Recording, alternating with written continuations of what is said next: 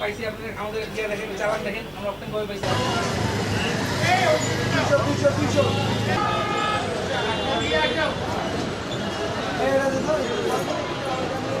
এ ভাইয়া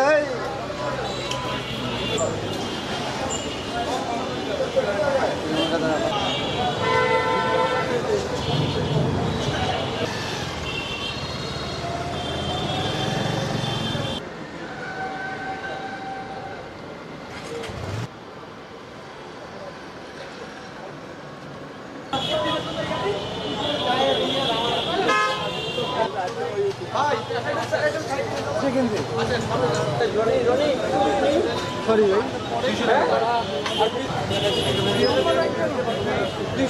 ভাই কি করেন ভাই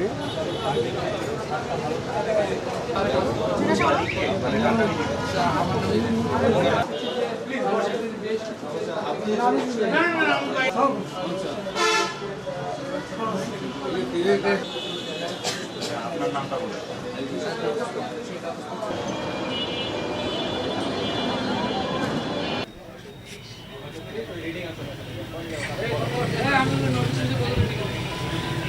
আমরা তো বলে যাই আপনারা তো কাজ করেন ভাই আপনারা করতে পারেন যাবেন বন্ধ রাখবেন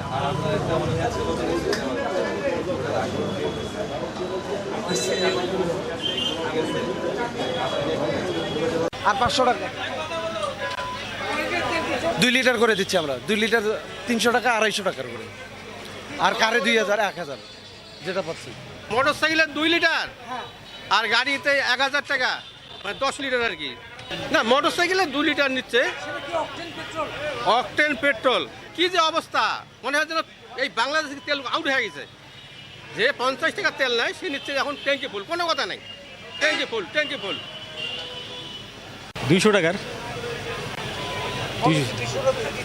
200 টাকার বেশি দিচ্ছে না দিচ্ছে না এখন 200 টাকার উপরে আর দিচ্ছে না চলে না একটু এখন তো চালে নেওয়াই লাগবে এখানে তো 300 টাকার তেল নিলাম 2.5 লিটার 2.48 জি না আজকে আমরা জেলা প্রশাসন রংপুরের তত্ত্বাবধানে একটি মোবাইল কোর্ট বা ভ্রাম্যমাণ আদালতে অংশগ্রহণ করছি এবং এই মহানগরীর বিভিন্ন পেট্রোল পাম্পে অবৈধভাবে তেলের মজুদ আছে কিনা পরিমাপ ঠিক দিচ্ছে কিনা এই বিষয়গুলো তদারকি করছি তো তারই অংশ হিসেবে আজকে এই সাপ্লাই আমরা এই মেসার্স ইউনিক ট্রেডার্স এই পেট্রোল পাম্পে আমরা দেখলাম তো তাদের এখানে আমরা তেলের কি পরিমাণ মজুদ রয়েছে এটা আমরা জানতে পারি নাই কারণ তাদের যে আন্ডারগ্রাউন্ড স্টোরেজ ট্যাঙ্ক অর্থাৎ যেখানে তারা তেল মজুদ করে সেখানে যে একটি ক্যালিব্রেশন চার্ট থাকে যেটা দেখে আমরা জানতে পারি যে সেখানে কি পরিমাণ তেল রয়েছে কিন্তু সেই ক্যালিব্রেশন চার্ট আমরা তাদের এখানে পাইনি এই অপরাধের দরুন বিজ্ঞ নির্বাহী ম্যাজিস্ট্রেটগণ এই জেলা প্রশাসকের কার্যালয় থেকে যারা এসেছেন তারা 10,000 টাকা জরিমানা করেছেন এখানে এবং এখানে আমরা পরিমাপ যাচাই করেছি পরিমাপ যাচাইয়ে সঠিক পেয়েছি পরিমাপ ঠিক আছে তাদের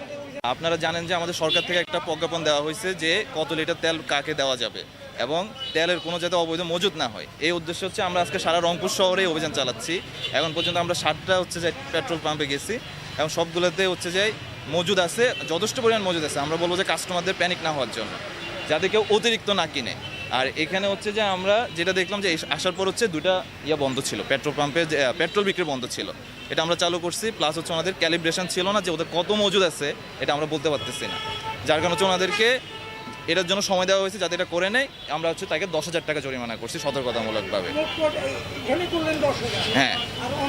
অন্য জায়গায় হচ্ছে আমরা একটাতে হচ্ছে মজুদ পাইছিলাম যে হচ্ছে বিক্রি করতেছিল না তাকে 20,000 টাকা জরিমানা করা হয়েছে বাকিগুলো হচ্ছে সবাই বিক্রি করতেছে মানে